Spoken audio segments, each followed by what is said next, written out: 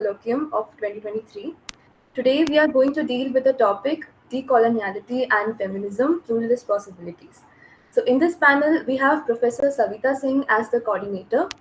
The session will be chaired by Professor Andrew T. Lamas, who began teaching at the University of Pennsylvania in 1990. His primary faculty appointment is in the School of Arts and Science and Urban Studies program, where he focuses on the theoretical and practical 87 dimensions, as well as the philosophical and religious basis of social justice and economic democracy in the context of historical and contemporary capitalist urbanization. He is the core faculty in Gender, Sexuality, and Women's Studies and the Alice Paul Center. He participates in GSWS, Global Gender Group, and he is the faculty affiliate of Lesbian, Gay, Bisexual, Transgender Center. As a teacher, I am so this is the words of Lamas. As a teacher, I am very interested in learning from others who have thought deeply about pedagogy. By their practice, they have developed exemplary learning communities of liberations and outside the dull conversations and deadening norms of the time. So we are honored to have you all with us today. Now I would hand over the session to Anuprita.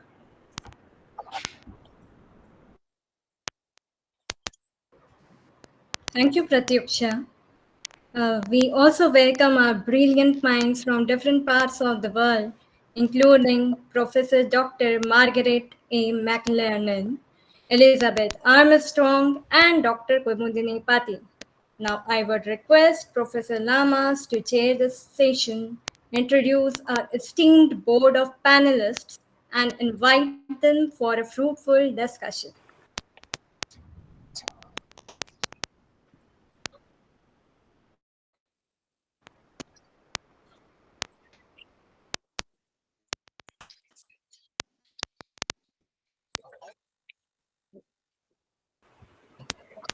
Good evening. Good evening, ma'am. Good evening to everybody. Yeah, we had some problem in opening the link. Good morning. There is a problem, really, there is a problem. Yeah, but it's the same link on which we are now. Initially, there was a problem. All right, so I'll call because people are calling me. 1 second, just get back to you all.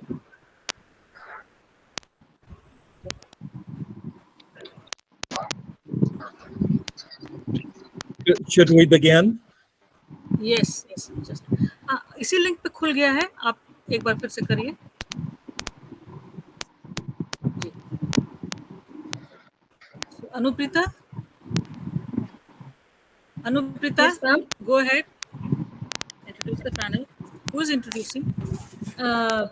We have already introduced the panel and we have invited Professor Lamas. All right. Go ahead. Good evening, everyone from Delhi. So glad that all of you have joined. Wonderful. So please. Hello, Savita. Hi, Lisa. Hi, Margaret.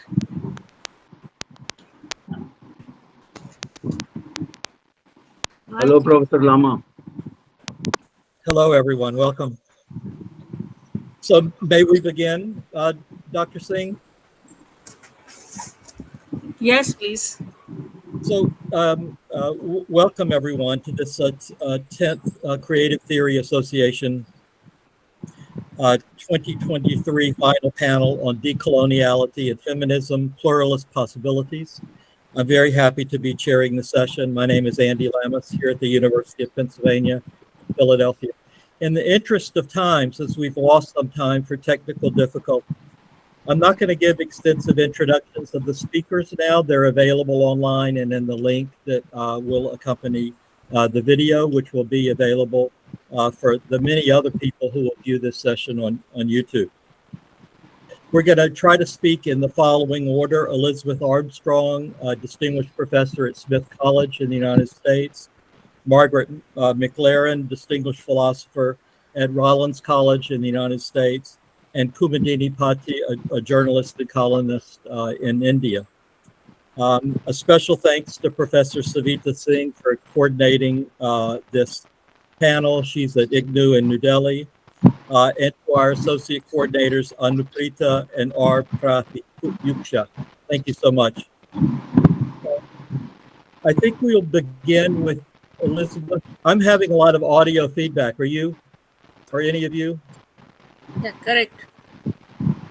Should I continue? Sure. What if everyone turns off their mic if they're not speaking?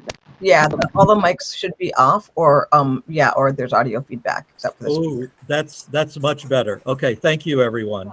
So let's jump in. I'm going to reserve some time at the end of the session, at the end of the three panelists, to make some of my own remarks, which I'm very happy to deliver. And I'll be modifying as I'm listening to the three panelists.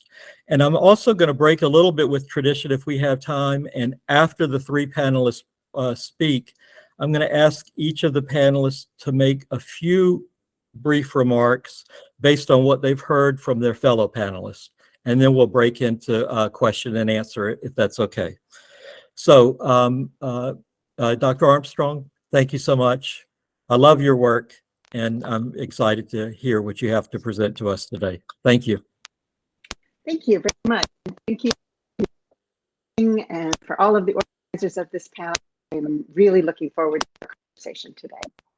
So the talk is before decoloniality, women's anti-imperialism, Asian Women's Conference. So do after share photographs of all of the people that I will today. It is about I'm sorry, let me interrupt you real quick. Is anyone else having audio problems with her presentation? Okay, let me try different speakers. Yes, there's clicking going on. It just started when you were playing around with your settings before, when you were for the presentation.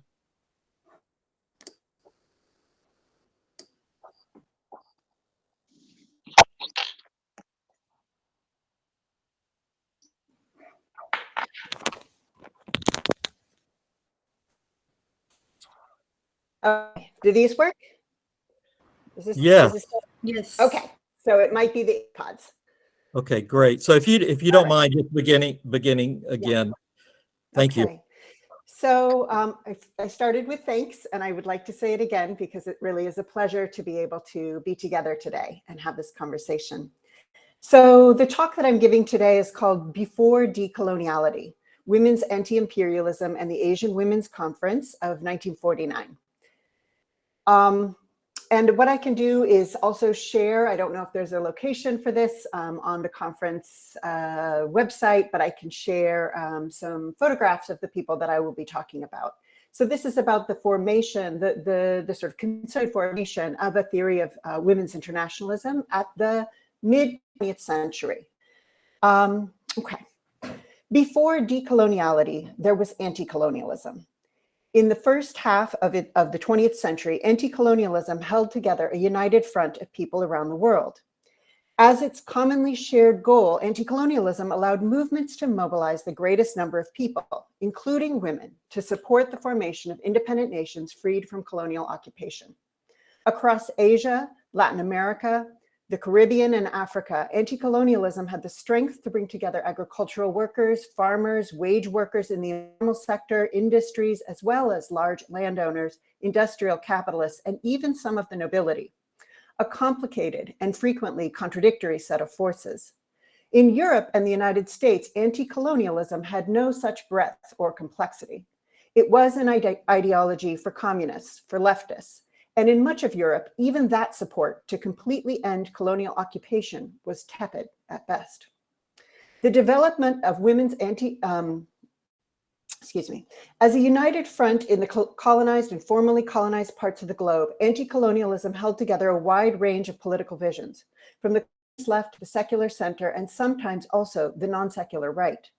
Within these anti-colonial formations, the goals of women's emancipation, human rights, and body autonomy also took shape, albeit in contested ways, since the demands for women's full human rights opposed long-standing patriarchal relations of inequity. That is, these demands were revolutionary. The fissures within anti-colonial movements were particularly fraught and thus particularly revealing and powerful in rural struggles, since capitalism and agricultural economies remained heavily dependent on feudal relationships to control small landowners, sharecroppers, and landless workers. Women's civil, political, and economic rights and land reform became vital sites for anti-colonial organizing on the anti-imperialist left. Given leftist women's commitments to ending both imperialism and feudalism, their push to organize rural women into cross-class, cross-community, and rural-urban struggles marked these fights for women's emancipation as revolutionary. Communist and pro-socialist in their aims for overturning standard and traditional human relations and social mores.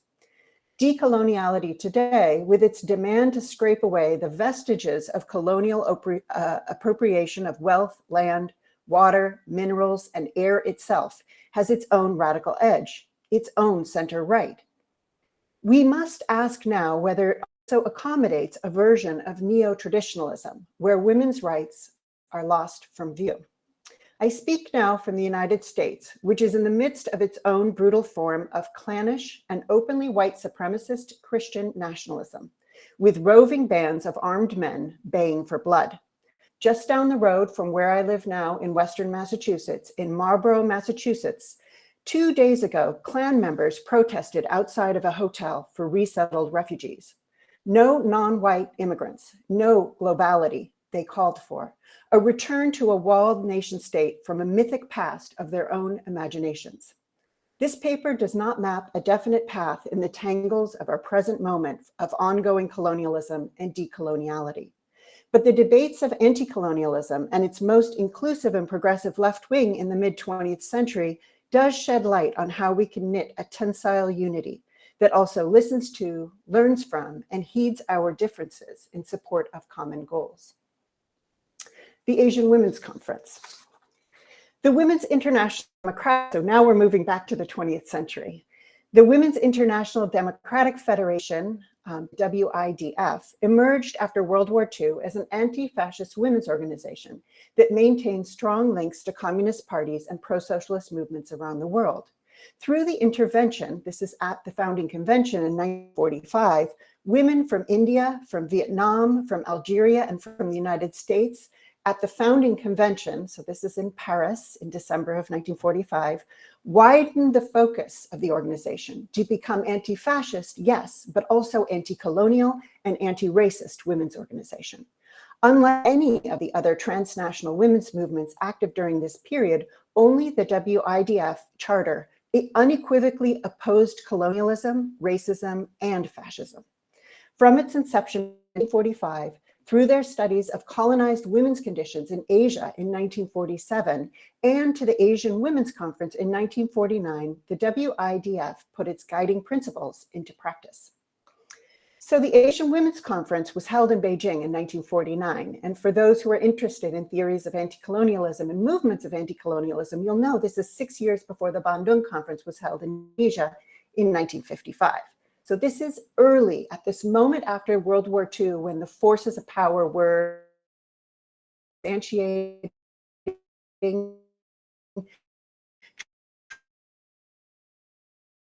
trying to regain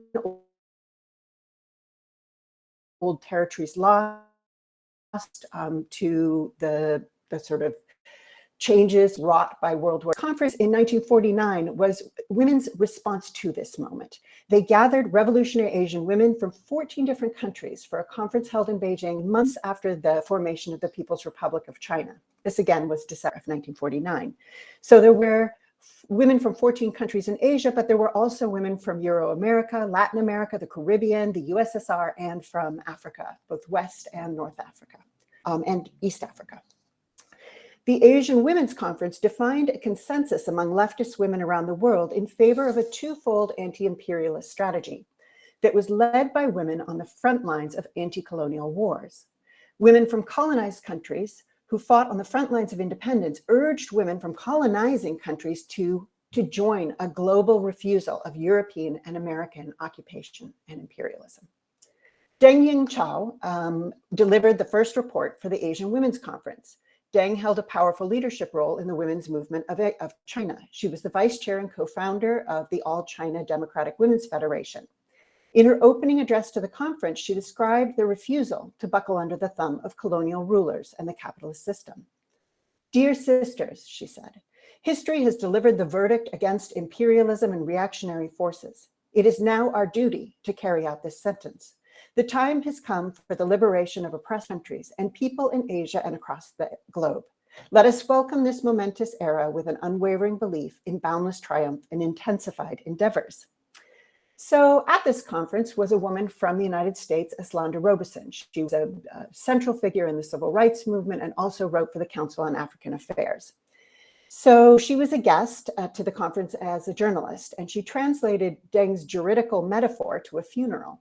Anti-imperialist women of the world, we must bury the corpse of colonialism.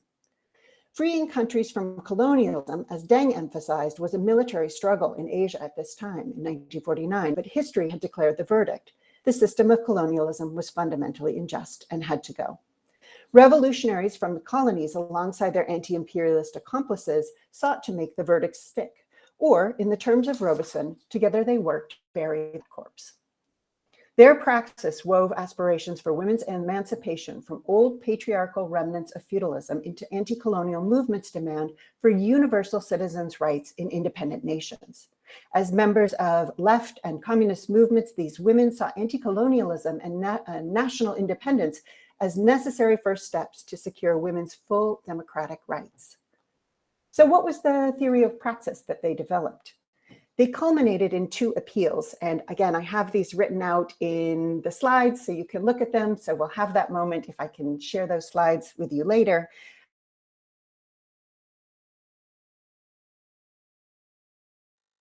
Countries and one from women in imperialist countries. So the first demand was women of the countries of Asia, workers, peasants, white-collar workers, intellectuals, remember that in unity lies our strength and the guarantee of victory over imperialism and feudal reaction.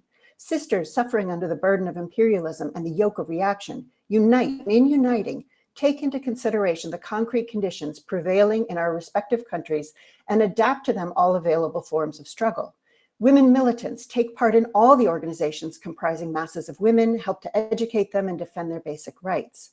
This appeal focused on providing feminist demands of economic, political, and social rights for women.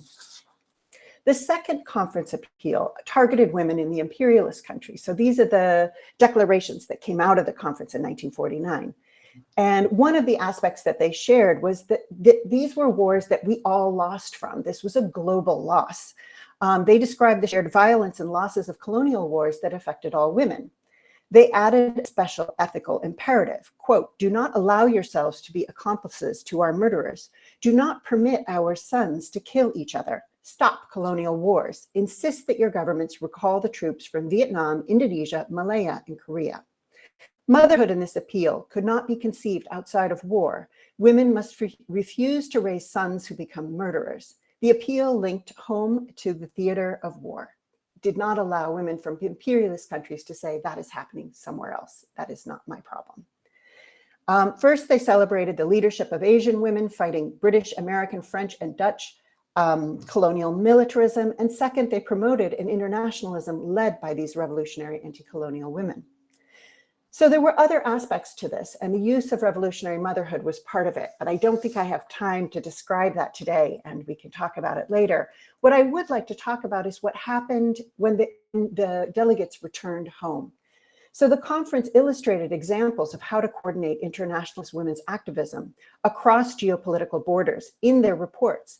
They paired the speeches by a delegate from Indonesia, for example, with the one from the Netherlands. They also paired a delegate from Vietnam with one from France. And they also paired one from Korea with one from the United States in an anticipation of the Korean War that broke out only months after this conference. In the case of Indonesian anti-imperialist internationalism, Laila Saruni was the Indonesian delegate. She spoke immediately before Maria Lips Oudenow, known as Ree, the chairwoman of the Dutch women's movement. Together, their reports illustrated what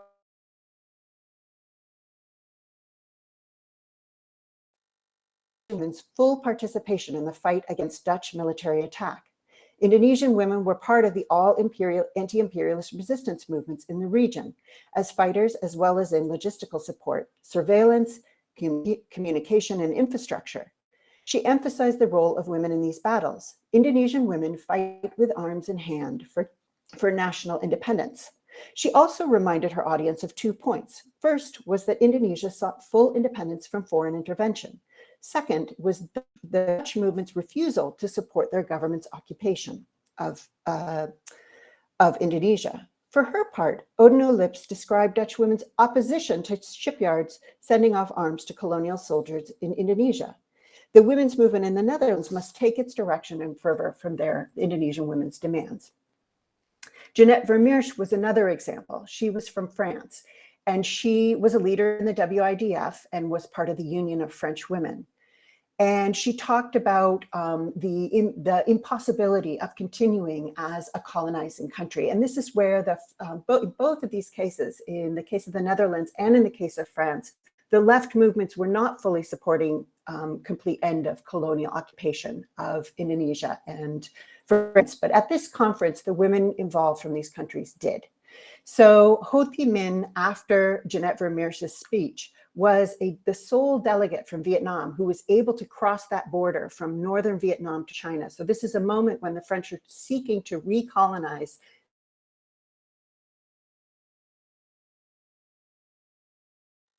pockets of holdings by the Vietnamese nationalist movements. So this delegate traveled for over 6 months to attend the conference. Ultimately, she wasn't able to cross the border between Vietnam and China and went via Europe by ship and got to the conference the day before it started. So Ho Thi Minh was able to reach Beijing in time. And after Vermeer's speech denouncing French colonial occupation of Vietnam, she ran up from the audience and embraced her. Within a month after the Asian Women's Conference ended on January 25th of 1950, the Union of French Women launched a national day of organizing for the struggle against the war in Vietnam. It included asking steel, dock, and railway workers to resist the production and distribution of armaments in the French war economy. 2 months later, Vermeersch, a communist member of parliament, shredded the language of pro-colonial humanitarianism. In a speech republished and distributed around the world, she addressed the French National Assembly, a body that included other Communist Party MPs. Quote, "The Vietnamese people are fighting a just war, a war in the defense against your aggression, a war of national liberation. You are fighting an unjust war, a colonial war, a war of aggression." So soon thereafter, the WIDF, which was housed in Paris, was thrown out. So by 1950, they had to move to Berlin. So this is a similar story with Pak Chung-ai, who's coming from Korea, and she too warned of an encroaching US bombardment, which in fact happened within months.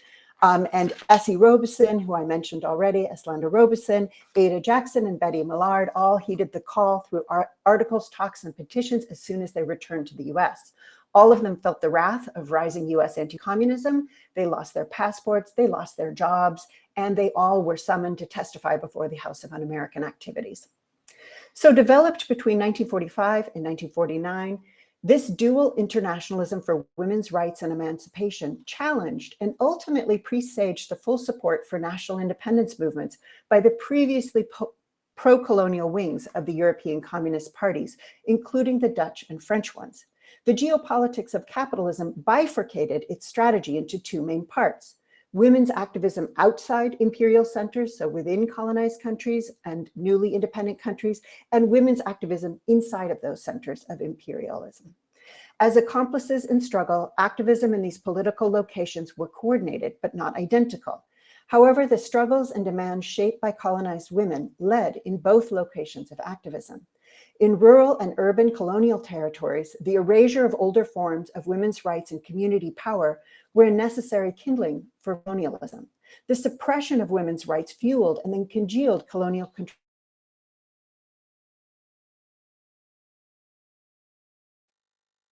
systemically loosening the grip of imperialism on the world, if that project was to succeed. At its best, internationalist feminism as women's regional anti-colonial solidarity across the Third World and beyond could dig the grave for colonialism. Western women's staunch rejection of their own nation's imperialism could help bury it for good. Thank you.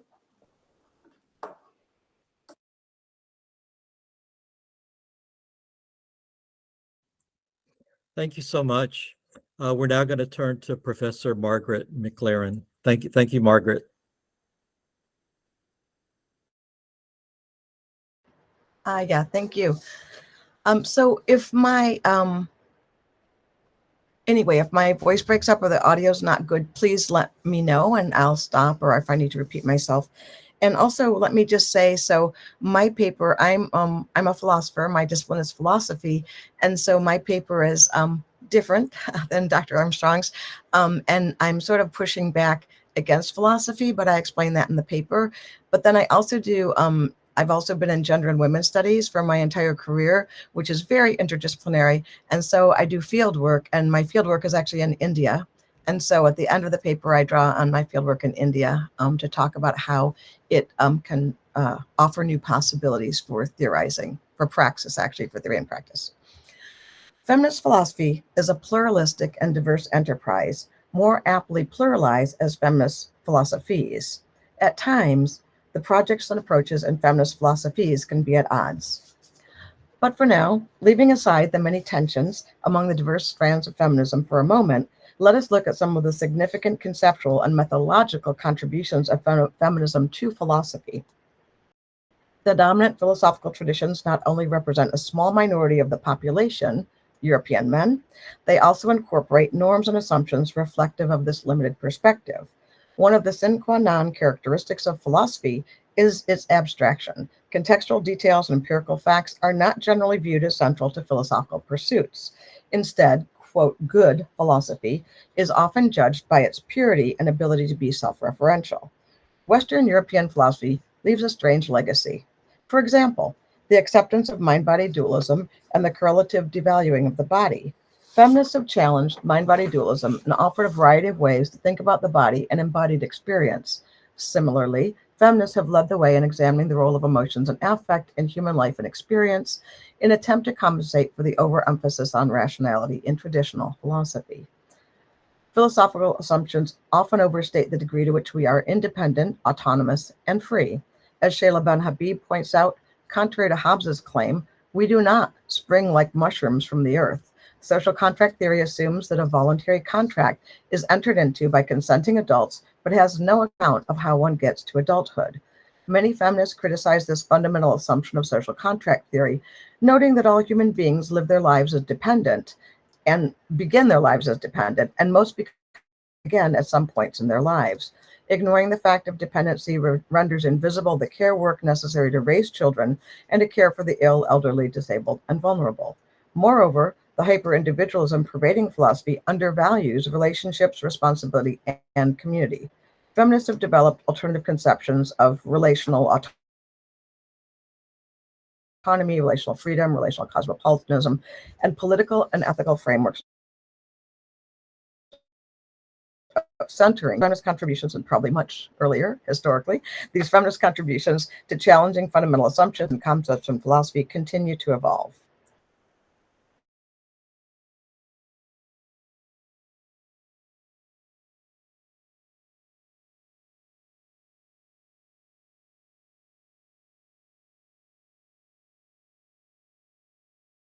The gender, identity, and ability, recognizing the ways that these are co-constitutive.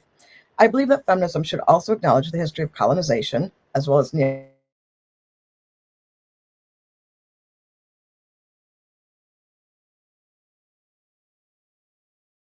challenging Eurocentrism in traditions and practices and the hegemony of the white settler perspective.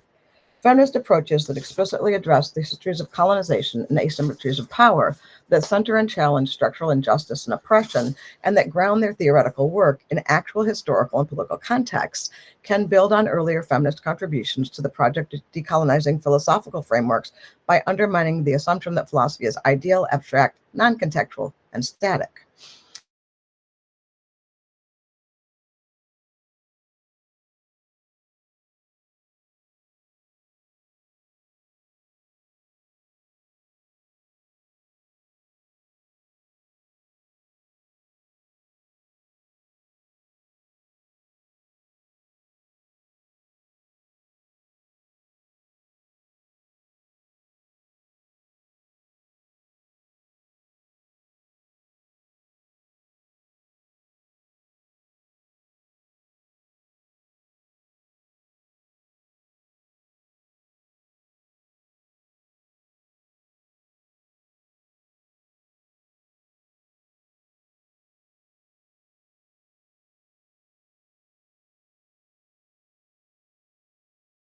of view results in a false universalization of the standards and values specific to Western liberalism. Feminist anthropologists Saba Mahmood and Leila Abu-Lughod have both challenged the universalization of liberal values, specifically secularism, atomistic individualism, and negative freedom, in their feminist analyses of women in the Middle East and North Africa. Abu-Lughod raises the question, are emancipation, equality, and rights part of some universal discourse of justice to which we must all subscribe? On the contrary, she suggests that there may be other values, such as closeness with family and cultivation of piety, to which women in different parts of the world may give greater priority.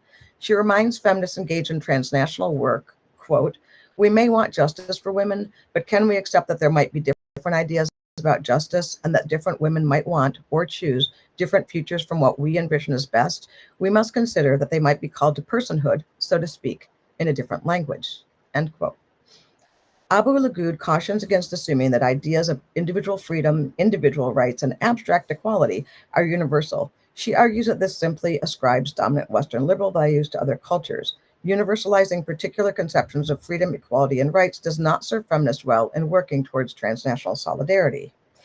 In order to decolonize feminism, we must critically examine the impact of colonialism, systems of racism, casteism, as well as sexism, and the gendered racist structures of global capitalism.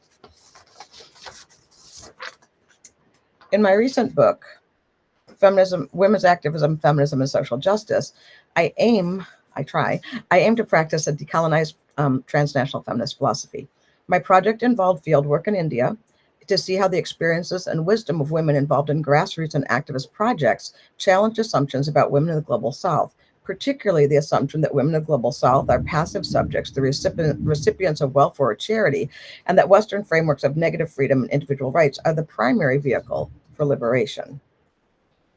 My initial research focused on the intersection of gender, culture, and human rights. Specifically, I observed a discrepancy between the feminist discourse about culture as an impediment to women's rights and gender equality, and the way that women's groups I encountered in the global South mobilized in grassroots efforts to secure their livelihoods, persons, and futures. For them, the Western feminist call to abolish culture was simply an updated replay of the earlier colonialist move for, quote, white women to save brown women from brown men, end quote. That was Spivak. With the new twist that white women were now saving brown women from brown men. It is probably obvious to many of us why this type of missionary feminism is not only not liberatory, but in fact reproduces the colonial project. Feminism should recognize that women's liberation may take different forms in different contexts and circumstances. For instance, the significance of human rights is taken for granted in much Western feminism, but it usually focuses on legal and political rights. As Amrita Basu notes, quote, even when they agree on the importance of an issue such as human rights, women from various world regions frame it differently. While Western women traditionally have based their human rights struggles on issues of equality, non-discrimination, and civil and political rights, African, Asian, and Latin American women have focused their struggles on economic, social, and cultural rights, end quote. Basu's criticism underscores the bias of the rights framework, which tends towards legal rather than economic solutions. This difference of priorities reflects the privilege of those who can leave aside questions of basic survival. Addressing the intersection of gender, class, caste, racial, and ethnic discrimination in transnational feminist theorizing requires a multidimensional framework that accounts for structural injustices and their interrelationship. Moreover, transnational feminist analyses should include not only attention to the local context, but also acknowledgement of the asymmetrical power relationships among nations, the histories of colonialism, and the legacy of inequalities colonization created, including the racial and gendered structure of global capitalism. As we seek to create a transnational feminism that is decolonial, we need to raise several questions. Who do we center? How do the issues and ideas change when those usually marginalized are centered? Which concepts and frameworks are challenged by this? And finally, what new modes of theorizing and types of methodologies may arise from the struggles for justice of poor women in the global South? So in this, I just want to say I'm following Mohanty. So Mohanty calls for starting with poor women in the global South as a starting point for opening up new ideas about justice and struggle. So I'm sort of following her suggestion. That's why I did my field work, actually. When we center the experiences of poor women from the global South without imposing our own concepts and frameworks, space is created for new frameworks and concepts to arise. Moreover, If we take the insights and reflections of those marginalized groups seriously, we see how their praxis yields new ways of thinking and theorizing. So I just want to say a little bit about the groups that I did fieldwork, and then I have 3 examples from my fieldwork, and then I have my conclusion. So I started fieldwork in India in 2004, and so almost 20 years ago. And I started doing it actually because of this disconnect for me between what was being said in some feminist circles about women from, non-US, non-Western women. And so I did fieldwork with 2 organizations primarily. One is Marketplace India. It's a group of cooperatives. There's 13 cooperatives. There's about 350 members altogether. It's primarily women, but there's a couple of men. And then in 2006, I started researching the Self-Employed Women's Association. It's a much larger group. It's cooperatives and unions. It's actually the largest women's union in the world.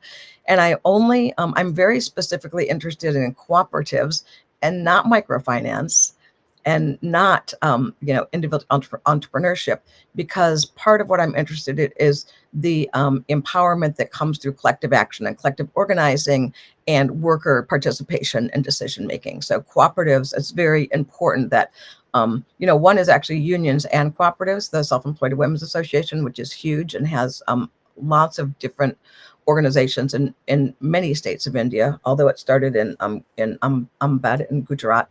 And Marketplace India is relatively small. It's actually all in Maharashtra. And the most cooperatives of that organization are located in Mumbai, in the slums. And so one more thing about the groups, because I can say a lot about them, but I only have limited time. But the women who work for these organizations are poor, not middle class, but poor. So this is another critique that sometimes comes up of like women's livelihood or enterprises where women are making a livelihood. But both of these organizations are committed actually to working with women who are poor. And a lot of the women have migrated from rural to urban areas, right? And so they were in rural areas, and then they migrate to urban areas, and they don't have jobs, or they haven't worked outside the home. And many times if they're married, which most of them are, their husbands work in sort of like seasonal jobs or work that's not stable. So maybe like tuk-tuk drivers or or they might do construction. But anyway, so and one more thing about the cooperatives. So Marketplace India primarily makes products like textiles, clothing, mostly clothing, actually women's clothing, and markets it only outside of India so that they can sell it for more money. And then they're both fair trade organizations, of course. And then that's mostly what they do. Whereas the Self-Employed Women's Association they have a recyclers cooperative, they have a dairy cooperative, they have a midwife cooperative, they have a vegetable vendors cooperative. They do crafts and textile production, but they're cooperatives and unions. They have a cleaning union, actually not a cooperative, but cleaning union. So they organize women workers. That's their primary thing. Women that were working in the informal sector, they organize so that they have steady labor and fair pay. All right, so here's my examples from the fieldwork. So there, one cooperative, the Pushpanjali cooperative, was concerned. So one more thing. So Marketplace India actually asked the women in the cooperative to take on a social action project. So some project outside the work of doing making the clothing and the livelihood project, a social action project. In other words, something that they want to see change in their community or their neighborhood. So this is the social action project that the Pushpanjali cooperative took on. They were concerned about the fact that there were no covers on the raw sewage ditches in their neighborhood, which was in the slums of Mumbai.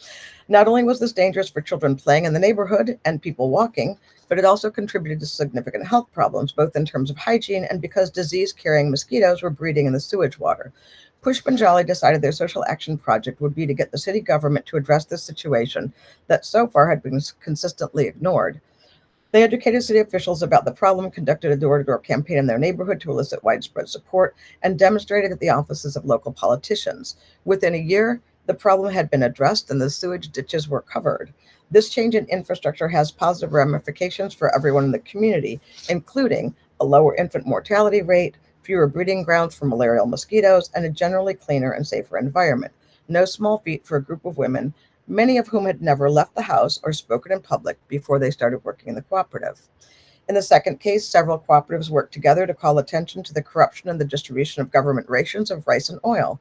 The government of India provides rations of rice and oil for some of the poorest sectors of society. However, those distributing it were intentionally shorting people on their allotment so they could sell the extra. In order to curtail this corruption in the distribution of food, the women worked in teams, some going in to claim their food, some observing, and some waiting outside with the police. In spite of this strategy, the practice of shortchanging those getting rations on their food continued.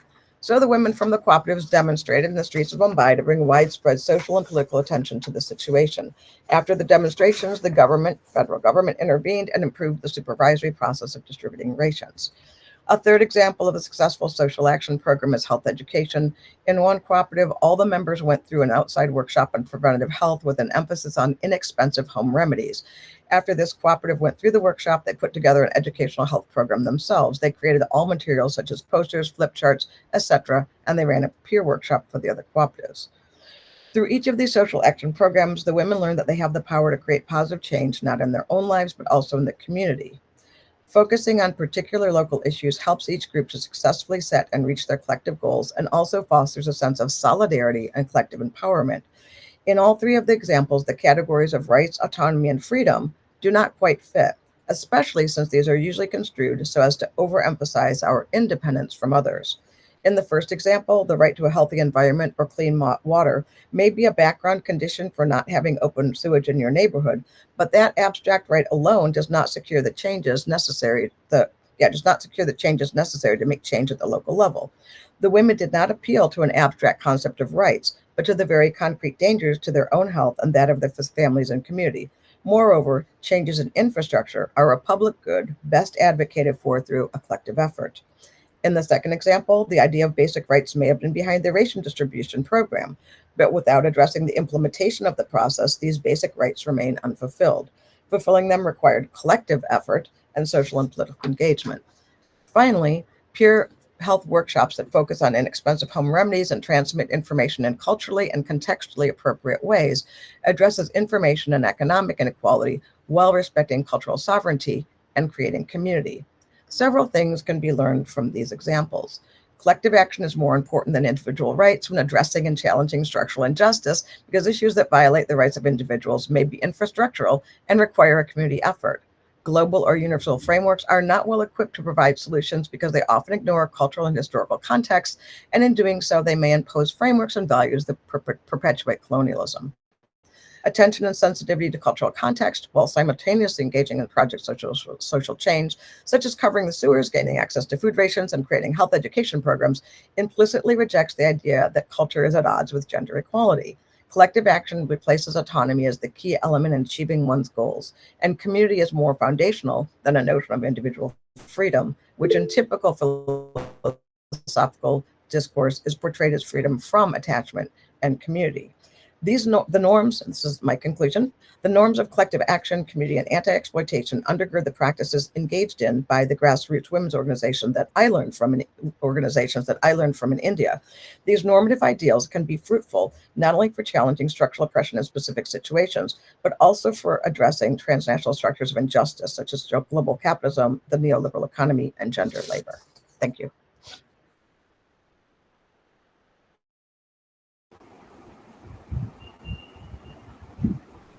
Thank you so much, Margaret. Now we're going to hear from Kumudini Bhatia, a brilliant journalist in India.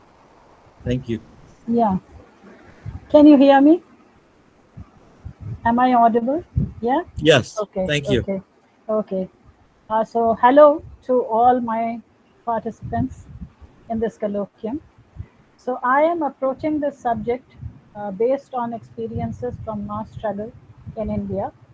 And in this paper, I would like to track the nascent stirrings of a new modernity that had blossomed during an episode of protracted mass protest by Muslim women in India over their right to citizenship. Now, the concept of modernity can be approached in two ways. One is the colonial view of modernity that relegated the Muslim women as a most uneducated, backward lot who remained and continued to remain non players in history and in the process of nation building. And the other is a post colonial view of modernity, which is essentially the unleashing of the human spirit of the so called, within quotes, underclasses who rewrote the rules of rights, liberty, and democracy. A modernity which was born out of the crucible of mass protests. So, focusing on a single episodic sequence of protest events, I will attempt to analyze its broader implications for the evolution of a new post colonial modernity in which common Muslim women were shaping a new historical narrative. Now, this area which I am talking about is called Shaheen Bagh. Shaheen Bagh is an area in Delhi which is mainly inhabited by Muslims. The Shaheen Bagh movement has created history by forcing the state to beat a retreat, even though partially and temporarily.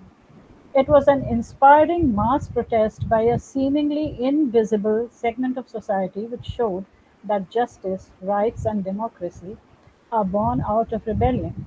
It has created a great solvent that has dissolved a sense of alienation, melancholy, and even fear that had crystallized over decades.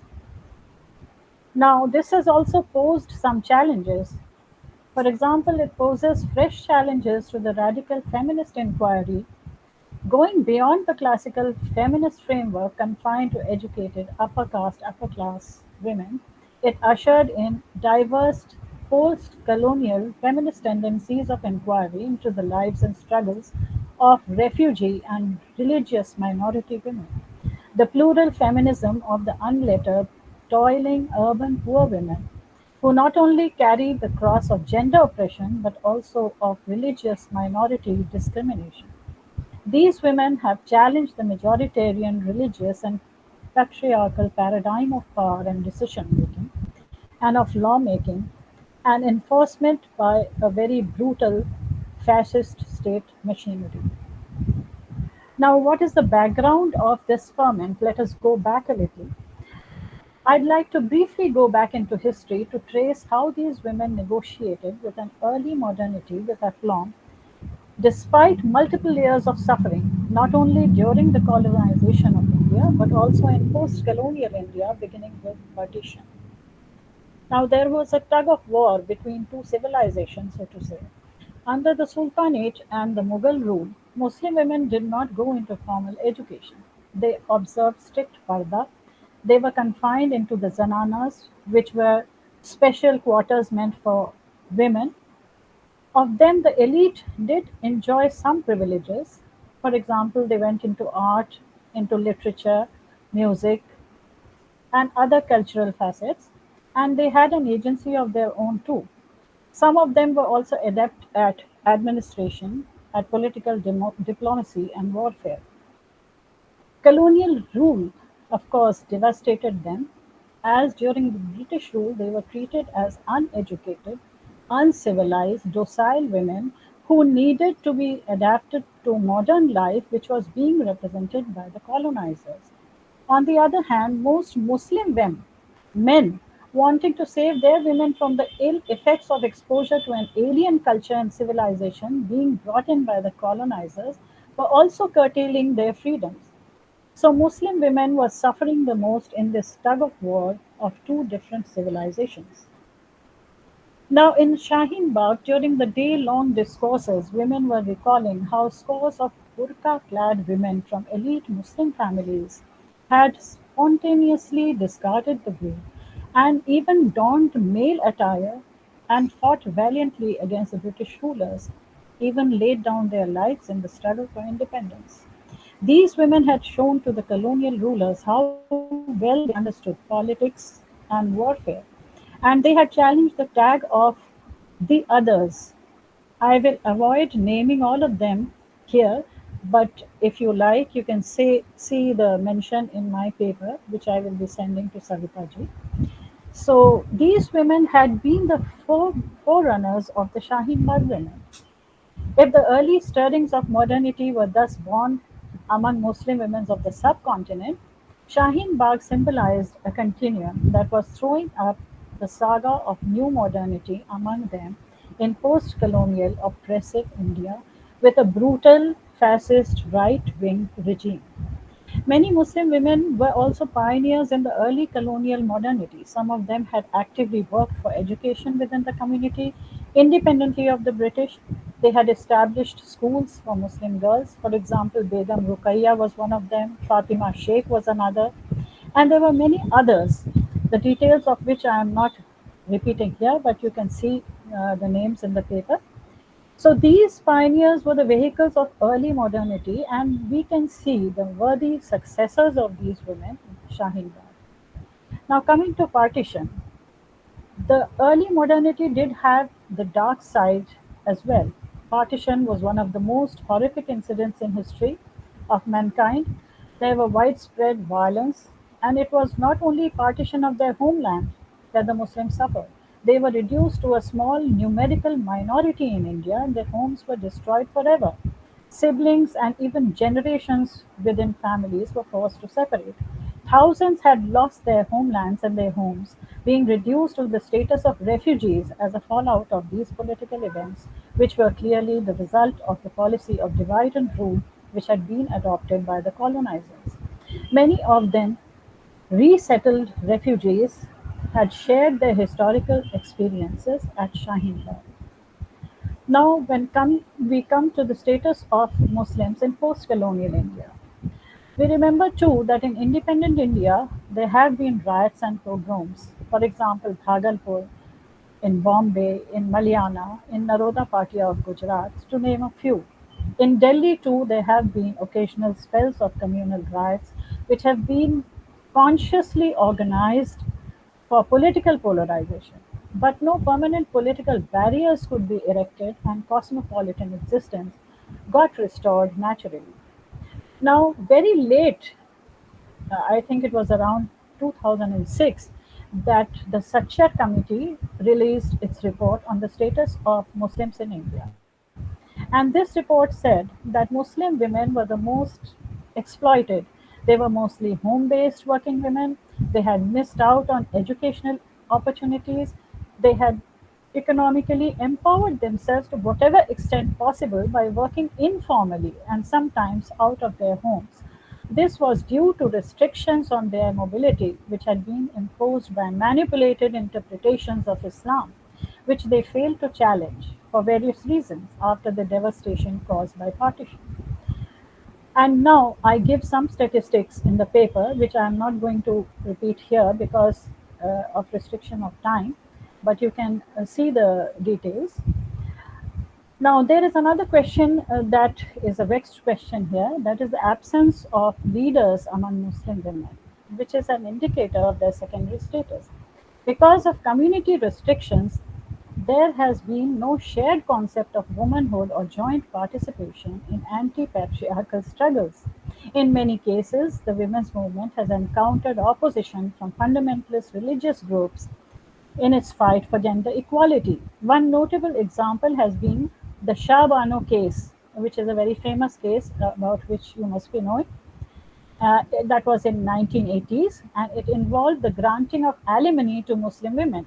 This case had highlighted the challenges of representing women in a society that is diverse and highly stratified, where religious minorities are increasingly being targeted by political and physical attacks from the Hindu right. Sadly, the day-to-day struggle of Muslim women has remained almost invisible and unrepresented in the broader feminist discourse in India. And it is for this reason that Shaheen Bagh's struggle seems to be a departure from this past. Now, coming to the new stirrings among these Muslim women at Shaheen Bagh. So this was the first time after the Shah Bano case that Muslim women had defied social restrictions imposed by religion and patriarchy, and they had started a struggle for the right over their homeland. It was a spontaneous and protracted struggle. We know that the Citizens Amendment Act, which was called the CAA, was passed in Parliament on 11 December 2019, and Muslims were told that they would be losing their citizenship if they would not produce documents. Only some persecuted minorities from Pakistan, from Bangladesh, Afghanistan, for example, the Hindus there, the Sikhs, the Christians, the Parsis, the Buddhists, the Jain communities would be granted citizenship according to the act, but not the Muslims. The Shaheen Bagh protest was an entirely novel phenomenon in the history of post colonial India, as many of these women had never come out of their houses alone. This socio-political ferment started with just 5 Muslim women spontaneously taking the lead to protest. There was no male leadership, no diktats from the clergy, there was no call from any women's group. 3 generations of women were visible on the spot, 90% being from ordinary Muslim households. And this was a protest against the police attack on students of Jamia Millia Islamia University who had opposed this amendment. Soon the numbers were swelling into hundreds. In a matter of days, similar protests were organized in almost 80 places all over India, and they were all called Shaheen Bagh. So these women were redefining nationalism. For quite some time, the new brand of colonizers, the right wingers of this country, who were othering the Muslims, had been using the Indian tricolor, the national flag, to intimidate them. At this critical juncture, when the community remained silent, the women of Shaheen Bagh were constructing a new language, emphasizing the importance of decoloniality with the popular refrain, "Save the Constitution, save India." The women of Shaheen Bagh held copies of the Indian Constitution in one hand and the national flag in the other hand as they sat on the streets in freezing cold. Their children and grandchildren slept in their laps as they bravely challenged the new undemocratic and unconstitutional order being imposed by the Hindu right. They were writing a new edition of secular nationalism. We have two contrasting trends of decolonization in India today. One junks the Western style democracy and even the constitution as a British colonial legacy. It seeks to revive India's supposedly glorious, within quotes, Hindu past. It is averse to the name India and wants to call it Bharat. By the same token, anybody who opposes Hindutva project becomes anti-national, and there is a lot of talk about Atmanirbharta or self-reliance, which has become the watchword of the Hindutva brand of decoloniality. But finally, this boils down to the Atmanirbharta of the Ambanis and the Adanis. But Shaheen Bagh is a display of women's Atmanirbharta or self-reliance, and they were defining their own destiny. So Muslims in decolonized India are not only marginalized, rather their very distinct socio-cultural identity was being sought to be erased. So if Gujarat of 2002 symbolized genocide and violence, Shaheen Bagh of 2019 personified the urge for peaceful existence as equal citizens of India. I will illustrate this with a few examples. There were novel ways of organizing at the protest site. The protest was not at any designated place, it was in the neighborhood of the Muslim colony so that it could be more inclusive. The protesters decided not to meet anybody with their demands. They said, "Let the Prime Minister and Home Minister come down to us and listen." They did not use any Muslim symbolism. The protest was completely secular. They were determined that the struggle would remain non-violent and peaceful throughout.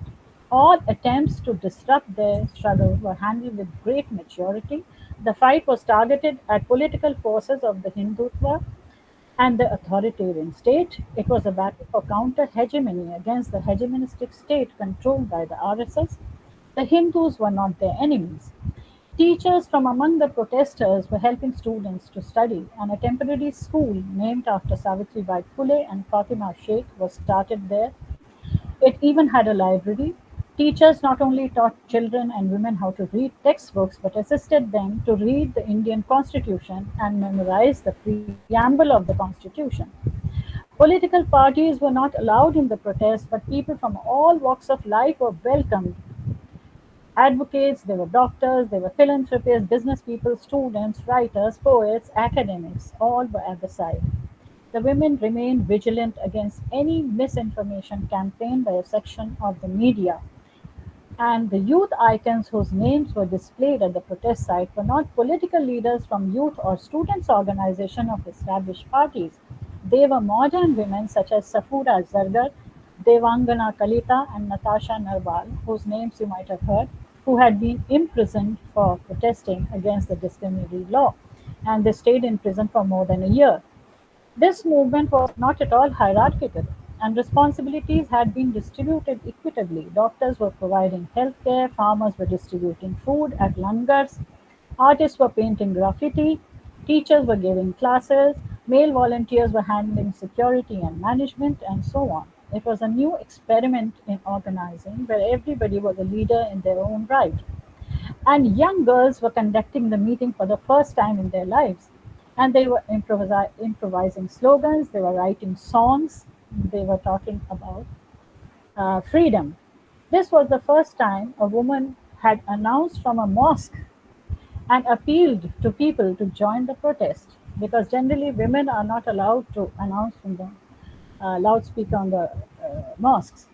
Shaheen Bagh became a symbol of solidarity. The sense of solidarity was universal, it was multi class, from middle class teachers and students of JNU and Delhi University to poor migrant women from the eastern UP and also from slum clusters of East Delhi. All were there at the protest site.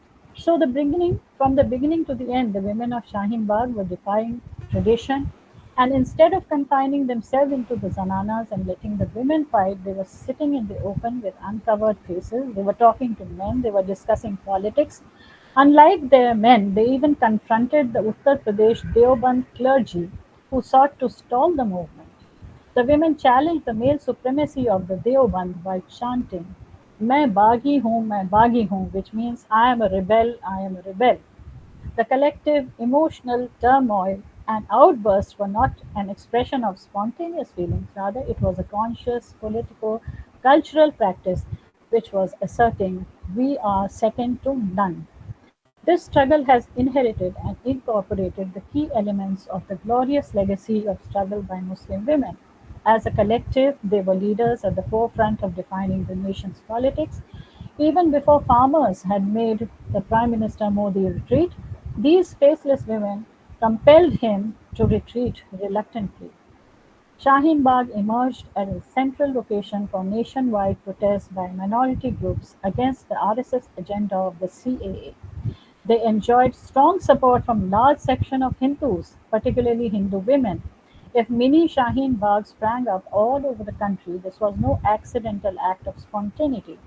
This now newfound sense of equality gave rise to a new modernity. From the streets that became their battlefields, they would go on to break the glass ceilings in all spheres of life.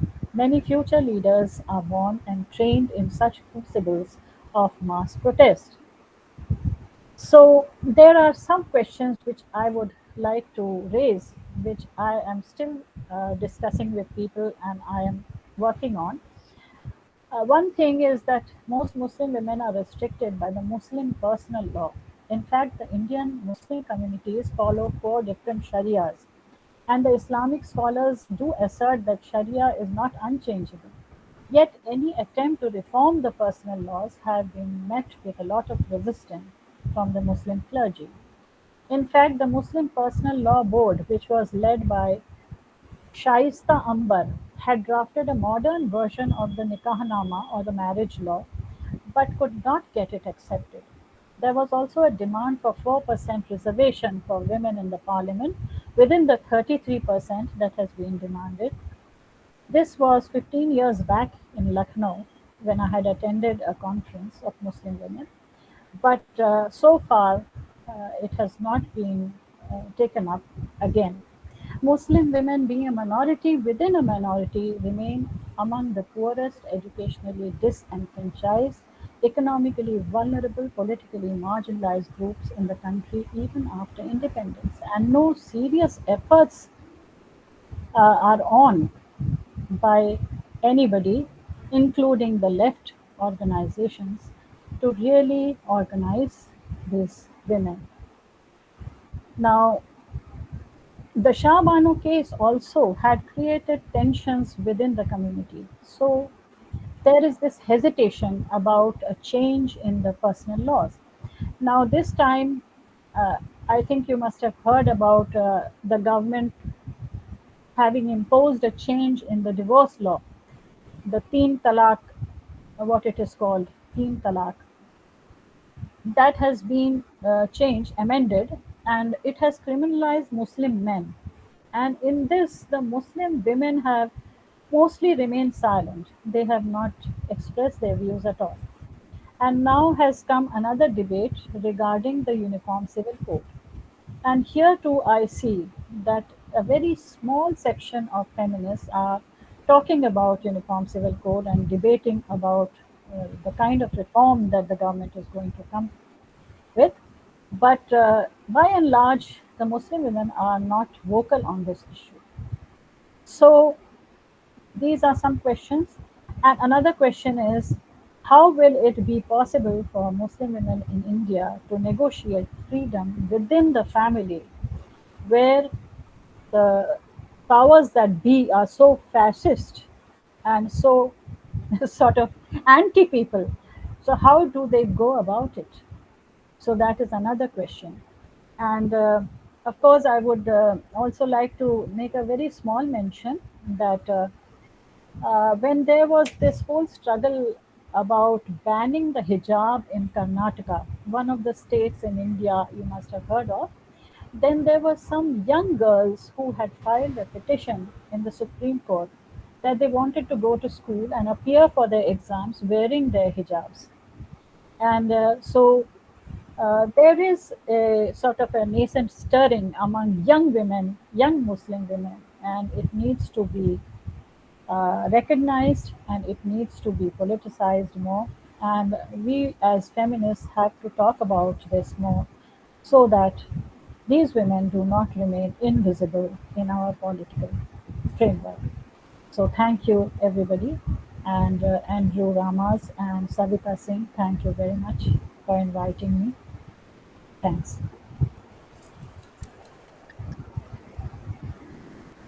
Thank you so much.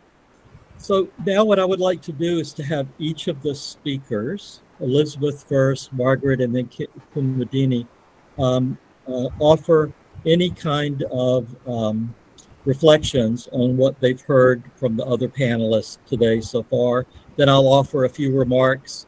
Then I'm going to call on Dr. Savita Singh and Mandina Thakur to say a few words too, because without them, we would not all be here this week at this wonderful colloquium.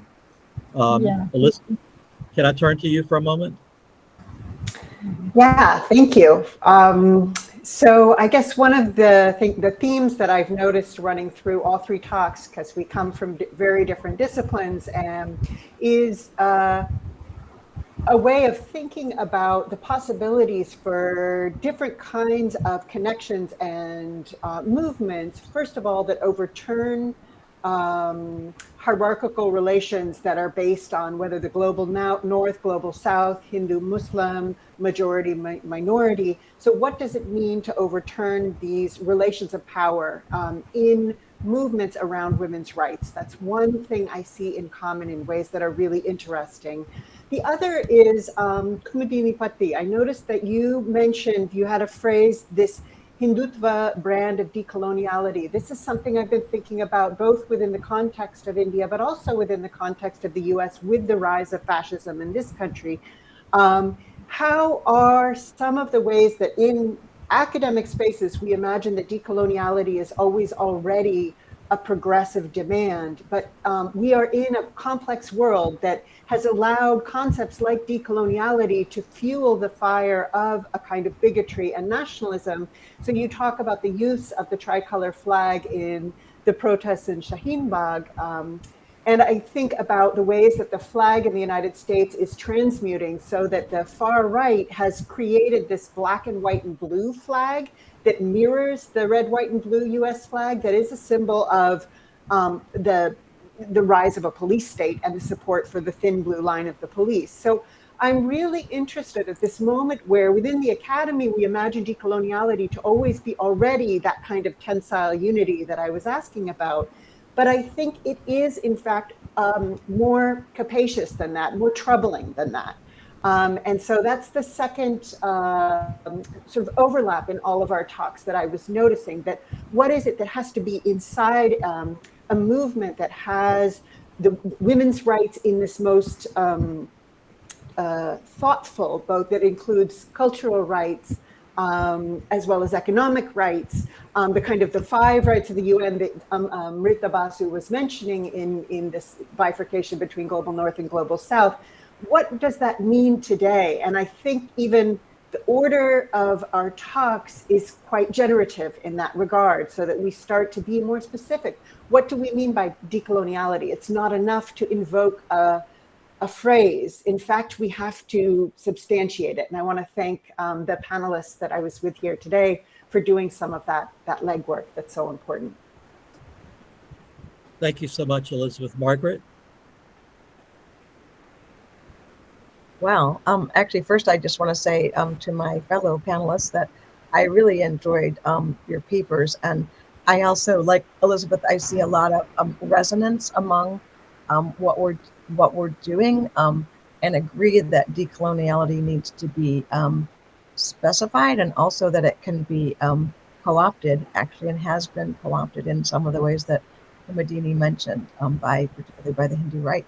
And yeah, so, and I also see the parallels between what's going on in India and what's going on in the US. The parallels are astounding, actually, even including the fact that the reservation system was actually overturned by the Supreme Court in India last spring, and then affirmative action was overturned in the summer in the US. So, but yeah, I see a lot of sort of themes in our talks. I think one of the things I see is that I saw actually more in their talks is this. I really liked what Kumadini, you said at the end about this non-hierarchical movement and how it brought people together. And then it reminded me of what Elizabeth said at the beginning about how these the movement brought together farmers, farm workers, agricultural workers, workers, women, right? That it wasn't just that the kind of we both need to pay attention to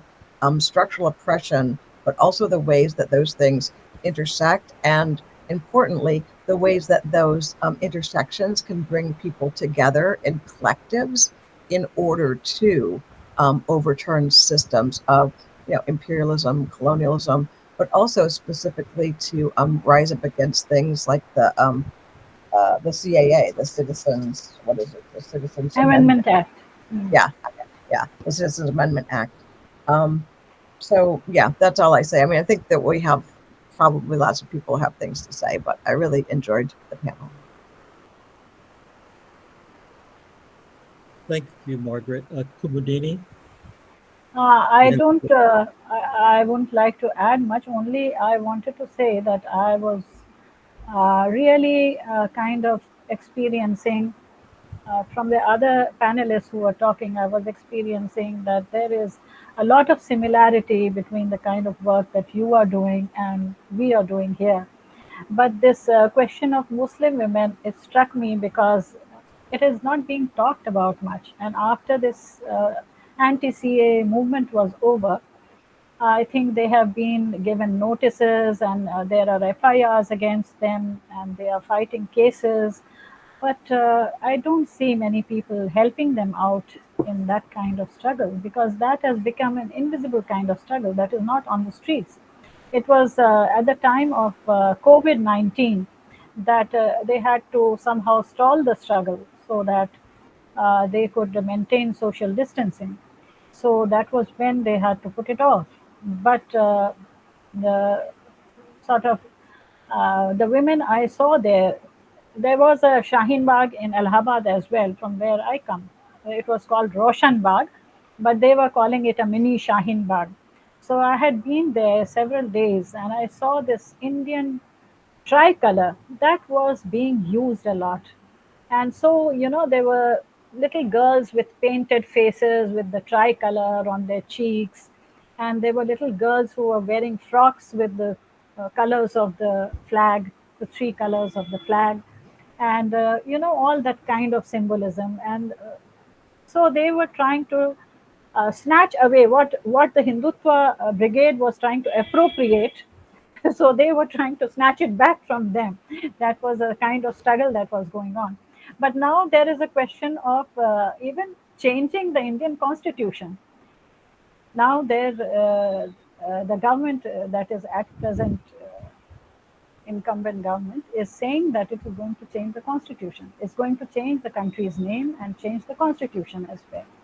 So this whole thing about equality, how we are going to address that, and how we are going to build bridges among not only Muslims but other sections of marginalized people in India, that is another question which we have to deal with.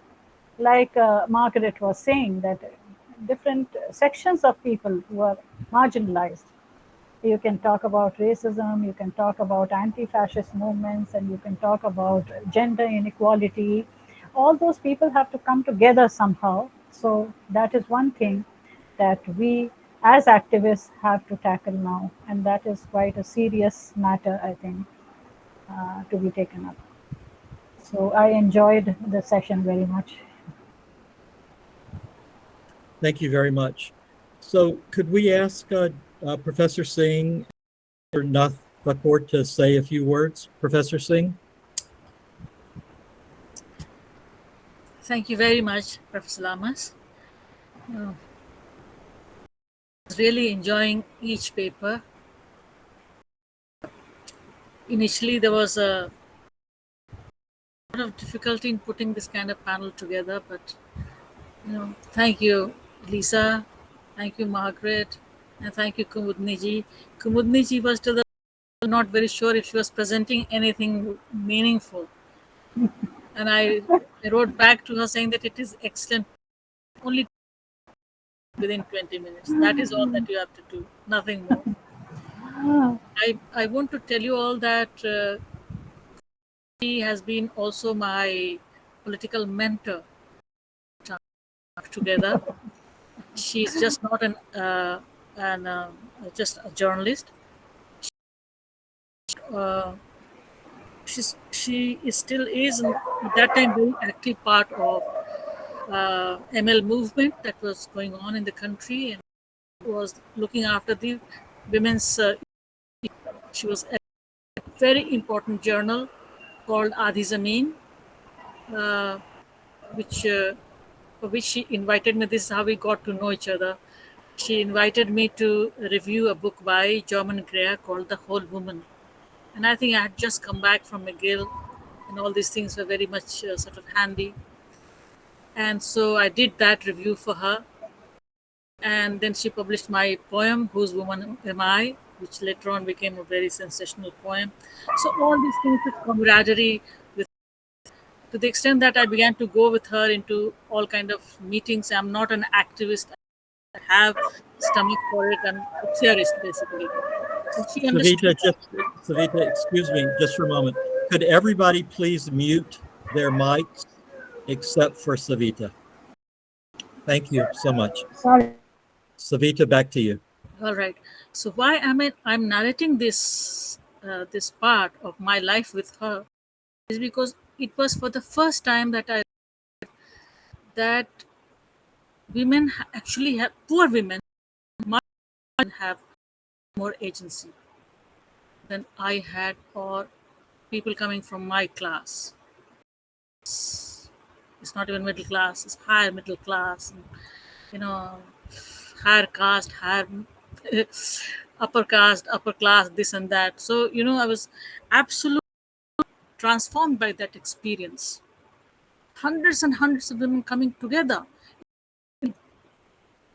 and they have their voices, and they're articulating their difficulties without no mixing of words or anything. So then I realized that how theoretically we develop and make our theories sophisticated.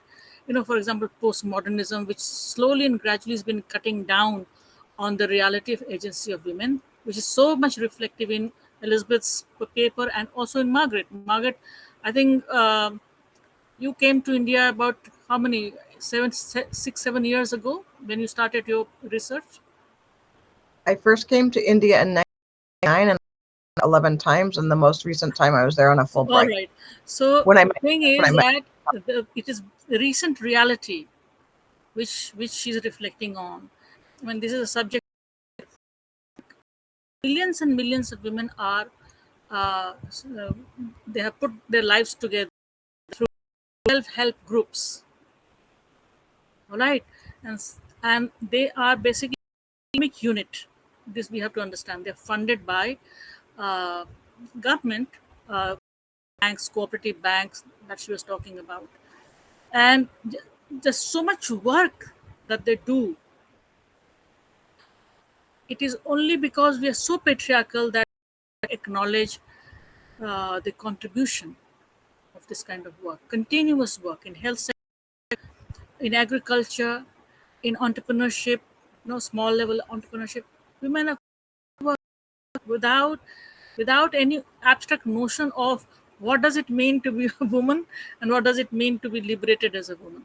They only work, and they fend for their men, their children, their cattle, their land. I mean, it's like a full working life. So what I'm saying is that Lisa's paper is right in choosing a starting point that is not decoloniality but decolonization. If I'm given 1 or 2 minutes more, then I make a distinction, since Manindra put a kind of a note saying that let's problematize it. So let's, Manindra, for your sake, maybe I'm saying 3 points. We have to make a distinction, and a distinction is not that I'm making; it's already made. There is post-colonial feminism. Within post-colonial feminism, you have subaltern feminism also, so that you can understand what we're talking about. For example, women live in commune on a consensus basis, on the basis of the work that they do. That is the basis of their consensus. It's a community life, right? And it's highly, if somebody has to calibrate their contribution to the national economy, it goes up to 30% or something. So it's that huge, basically. And then we have decolonization. It's not this is not part of feminist movement in India. It mainly, the territorial divide is between South Asia and South America and Africa. He asks for refounding of the state, refounding of the economy, relinking absolutely from the capitalist mode of production and the from this production. This lives, survives, perpetuates its life. And so it is far deeper. As I mean, I can say about the countries that Lisa covered. In all these countries, and in particular, since I've written on Indian modernity, our kind of modernity is never aimed at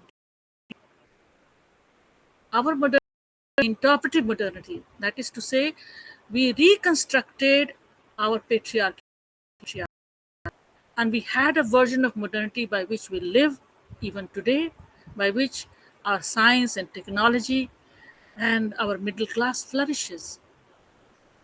So this has to be understood. So we cannot have decoloniality as the theoretical structure. At most, where we have gone is subaltern feminism, which also has many problems.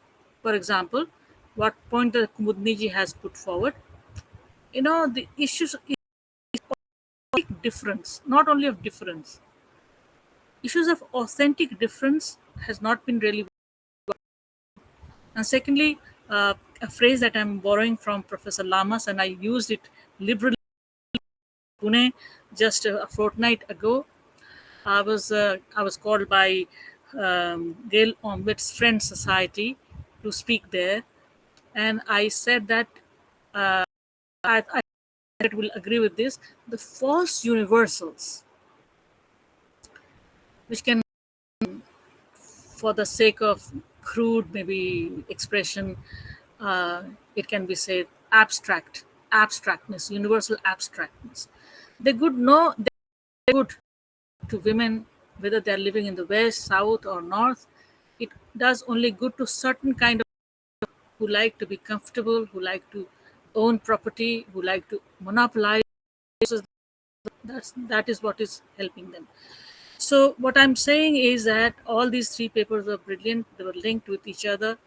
They looked at, in a very smart manner, they looked at the issue of decolonialism and decolonization in a clear perspective. Where Kumudni ji came, I think it's a brilliant point where she brought the discourse, is that Muslim women entered into their struggle of decolonization by themselves. Their self was involved in it. They claimed this nation, position in this on a different level altogether. That is to say, they are part of this country. Nobody can take their rights away because they're given by the constitution. That is why they use the flags in every place wherever they had this. So they were reclaiming, and then reading constitution at of the constitution was extremely important. Extremely important. And the third thing is that they exposed the agenda of RSS and Hindutva like nobody else has ever done. So their agenda is truly authentic. It is this authentic difference that I am talking about, which we need to work out in my own understanding of feminism. So I have learned so much from three of you, and I'm so happy that you are here this evening. I will always remember uh, this 8th of September as a wonderful day in my life. Thank you so much. And thank you, Professor Lamas. Your friendship and support, your camaraderie is beyond words. So there's nothing I can only say thank you, thank you, and thank you. Well, thank you, Savita, 1,000 times. Let me turn now to Manindranath Thakur, the professor at JNU, for a few words. Thank you.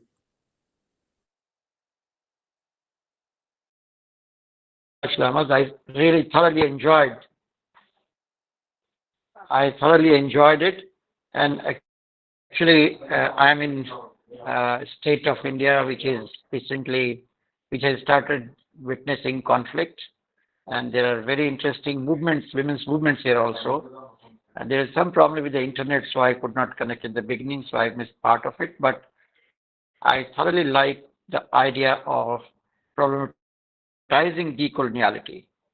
I think on the one hand, I think this has a lot of strength, but simultaneously, this anxiety of colonial past and of mind is also being used heavily by the right wing.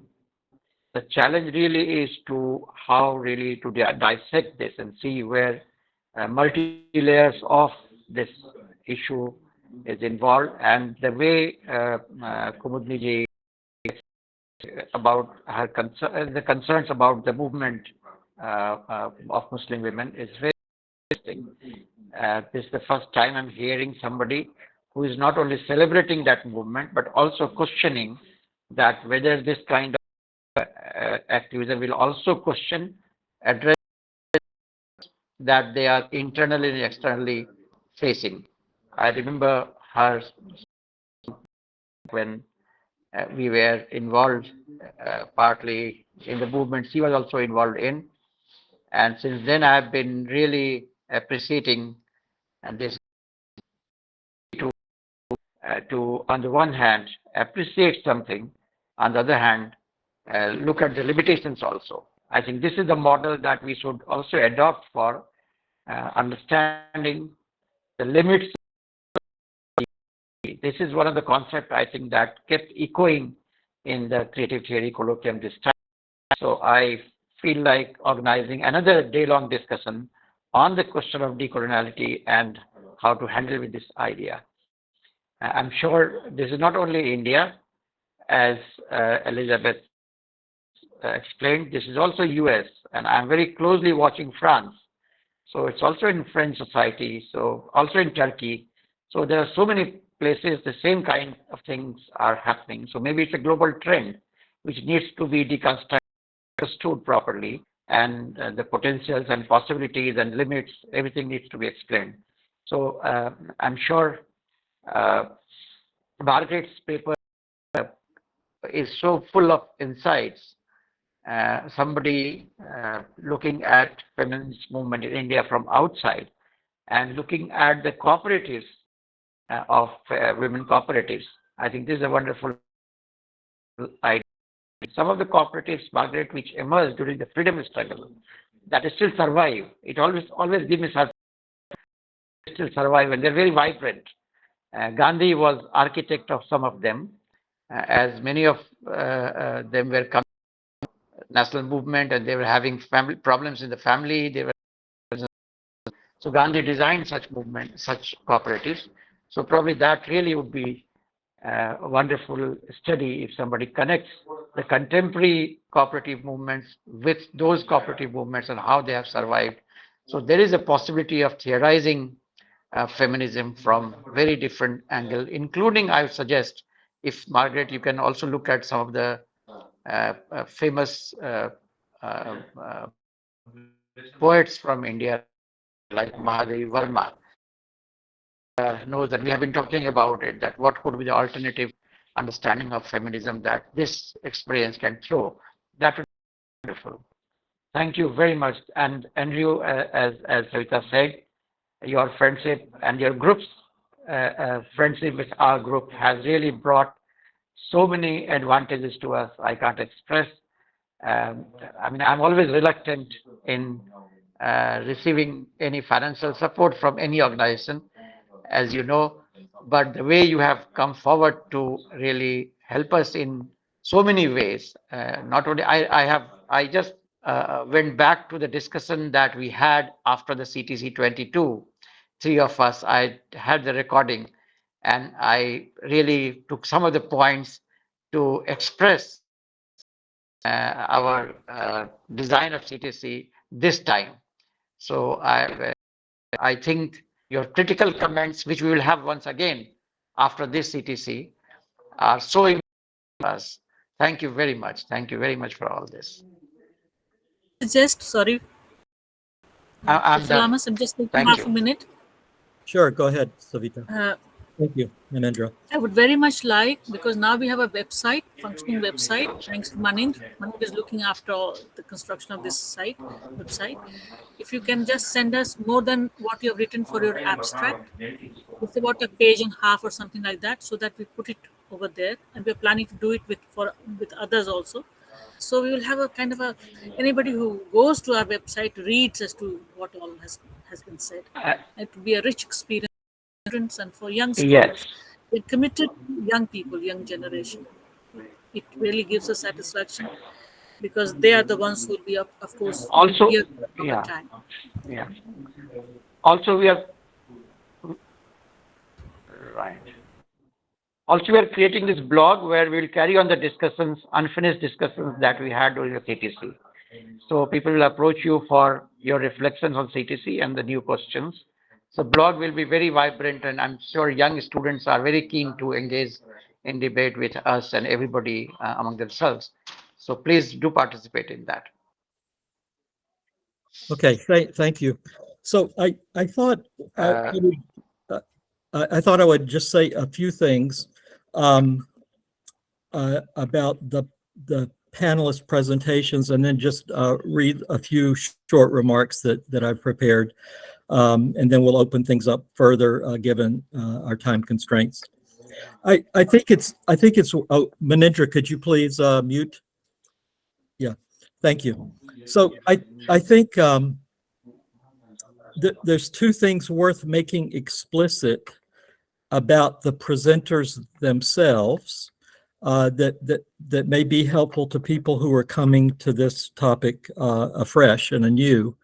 One is, I think, a theory of society which they share, and I wanted to try to be explicit about that. And I think a theory about the situation of the intellectual, which I think they share, and I'd like to make explicit. On the theory of society, I think, at least it feels clear to me that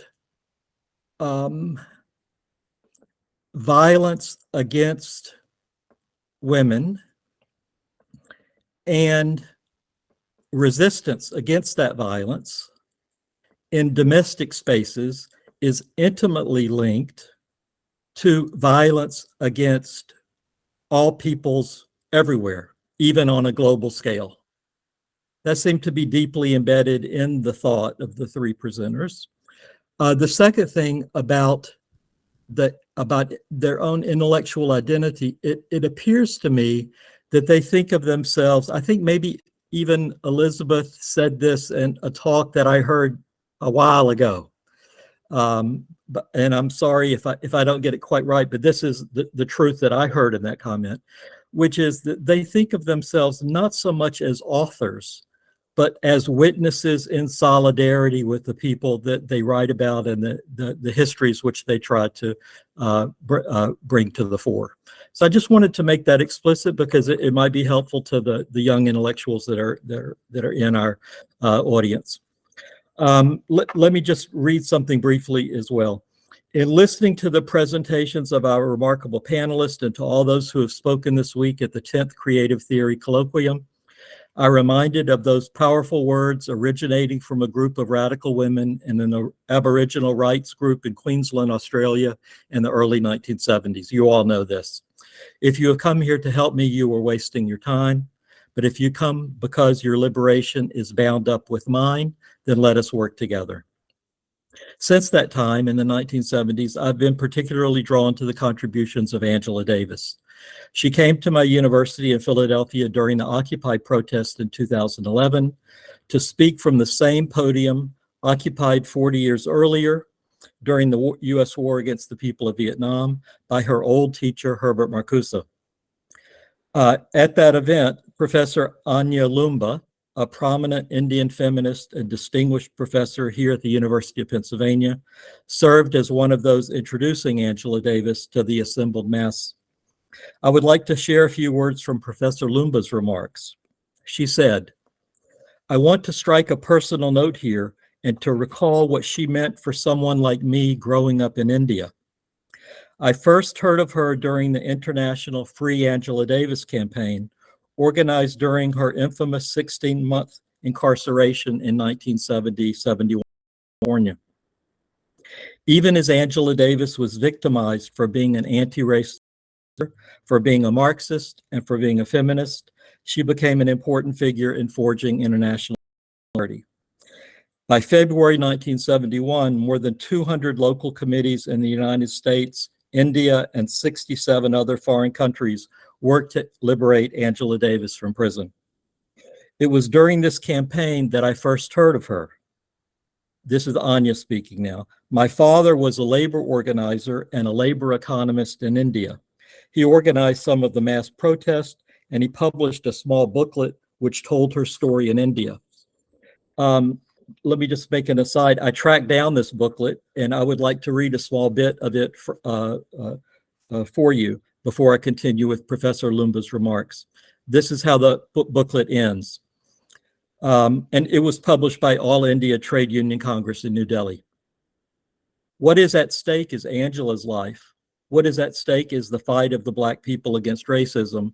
What is at stake is the US people's fight against imperialism. Every country that wishes to defend its freedom against neocolonialism of US imperialists must fight for the defense of Angela Davis, the defense of everyone's freedom. Let the powerful voice of Indian workers unitedly demand from the US government, free Angela. Angela will not hang, end racial oppression, down with US imperialism. Now I'm returning to Anya's voice. In 1973, my father was dead in a plane crash, along with some of the key figures of India's labor movement. My mother became more politically active after this event. In 1973, she was invited to go to Cuba for a conference where Angela Davis would also be present. She reminded me last week that I gave her a picture of Angela and begged her to have it signed. So vibrant was Angela's presence in my mind that in my memory, she had come to India and I had heard her speak. It was hard for me to accept that I had misremembered entirely. When I went to do a PhD in England, Anya says, I turned to Angela's book, Women, Race, and Class. There were still very few extended accounts of these subjects. Davis taught us intersectionality decades before it became a term in the US Academy, and in a particular way. Today, Angela Davis remains an iconic figure for the various groups fighting for their rights, Anya says, whether they be far away or closer home. On a recent visit to India, she lent support to the struggle to free Dr. Binayak Sen, India's most prominent human rights activist who had been jailed by the Indian state.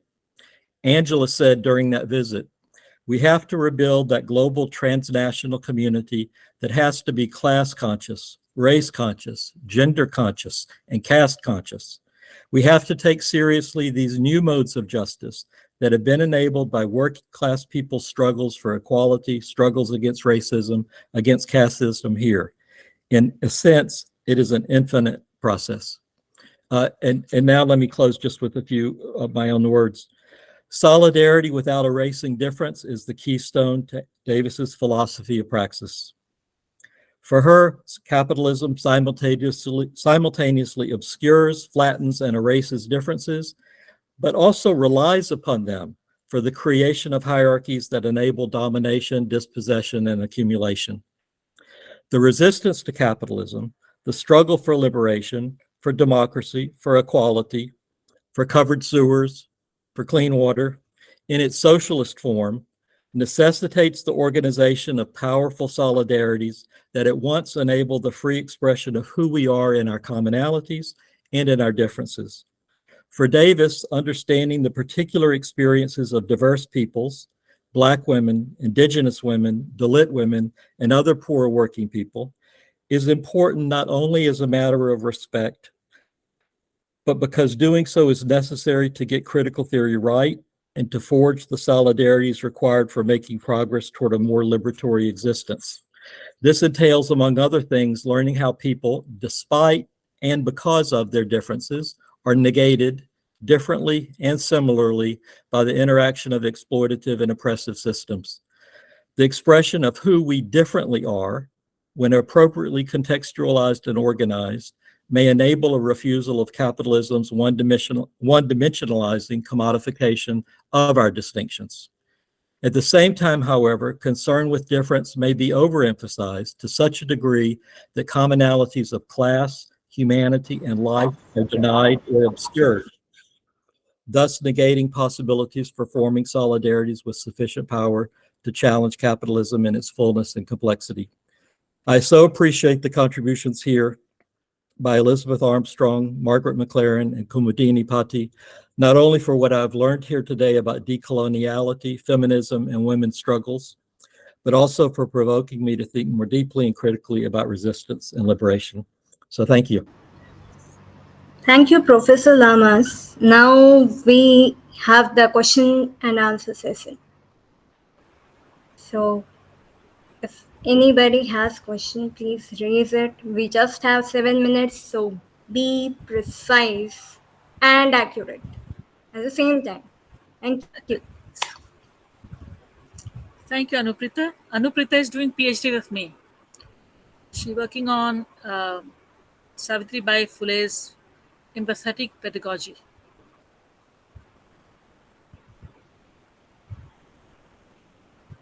So any questions? Do we see any hands?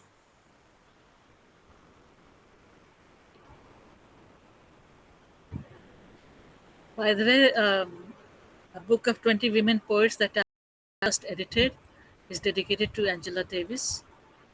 You all should know. So where are our friends, Aparna? Yeah. I have a question, and it's quick, actually, I think.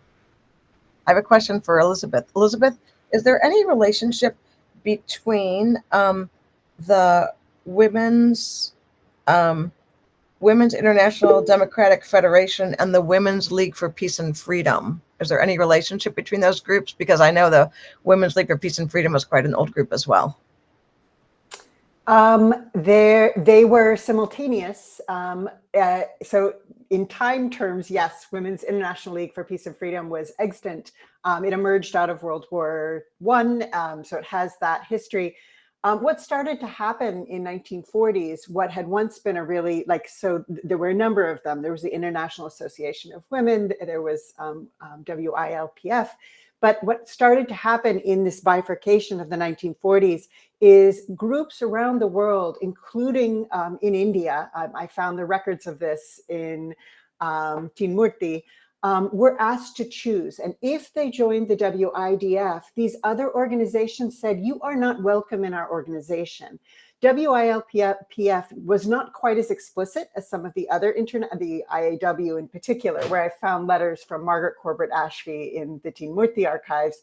But many of them were forced, if they were part of WIDF, to not participate and were uninvited from international conferences. And WILPF did not until later take on an anti-colonial position. They were sort of dancing around it, as many of them did, but refused when pushed. And again, the letters are in Teen Murti. It is a location of riches. Refused when pushed by a range of nationalist women's groups as well. They refused to, the AIWC in particular was pushing them. They refused to explicitly condemn colonialism. I think the technique is to say, oh, that's not a women's issue. It's not so nice, but that's not a women's issue. Don't ask for that from me or from us as an organization. Yeah, thank you. Yes, Nupur ma'am, you can mute yourself and ask your question. Yes. I just try my camera. Sorry, I'm in a room which is like, okay. Hello, everyone. Yes, I kind of really enjoyed the discussion today. So my question is to Kumudini ji, and I just want to know that you did give mention briefly about the ongoing reference to uniform civil code debate, and you also kind of gave reference in terms of the lack of openness to changes within Muslim personal laws, and on the other hand, the issues with actually homogenizing of the cultural plurality and in terms of multiple religious and cultural ideas around personal laws. So could you kind of reflect in terms of, because you do mention about the debate around and discussed around a very robust Muslim women's movement. And you also speak about the silence. So in that context, if you could reflect a little more, because this is really coming up big in the Indian context, the debate.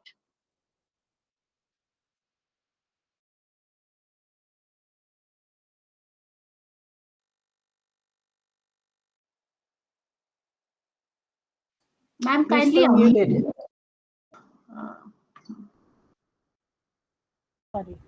Sorry. So initially, the organization to which I belong, that is All India Progressive Women's Association, that is affiliated to the Communist Party of India, Marxist-Leninist. So the party had tried in Uttar Pradesh, especially in Uttar Pradesh, because this is a region which has been several times it has been subject to communal riots and pogroms also. So we were working in Uttar Pradesh and we tried forming a kind of organization here, working among Muslim people, especially those not from the upper class or upper caste, but basically from the toiling Muslim people. We started organizing them, and we formed an organization which was called the Inqilabi Muslim Conference.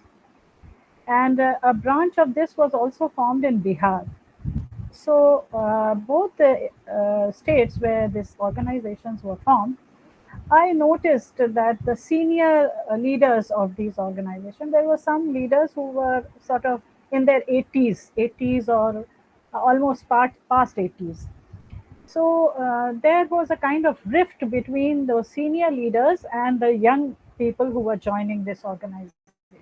Because what we were talking about, the young people were more able to absorb those kinds of experiences, and they wanted to build bridges between Hindus and Muslims and other marginalized sections. But somehow I saw that the senior leaders were very much hesitant, like sort of they were feeling some kind of a threat to their culture, or they were feeling that this organization is going to somehow appropriate co-opt our organization, and then we will not have our independence and we will not have our say in this organization. So why should it be some ML organization leading our group? Why should it come forward to form? So these kind of questions came, and so the Bihar experience did not bear fruit. And in Uttar Pradesh, I had some experiences which were quite negative, but I would like to just cite them. Like, for example, there were a few Muslim males who were involved in the organizing process. And there was a case in which one of them had molested a nurse who was working in a hospital. The hospital was very close to that area, that minority dominated area, and the nurses went on strike. They said, we are not going to work because these men constantly come on some very small pretext, like they have an injury, a small injury or something, and they get admitted to the hospital and they misbehave with us. So we are not going to work.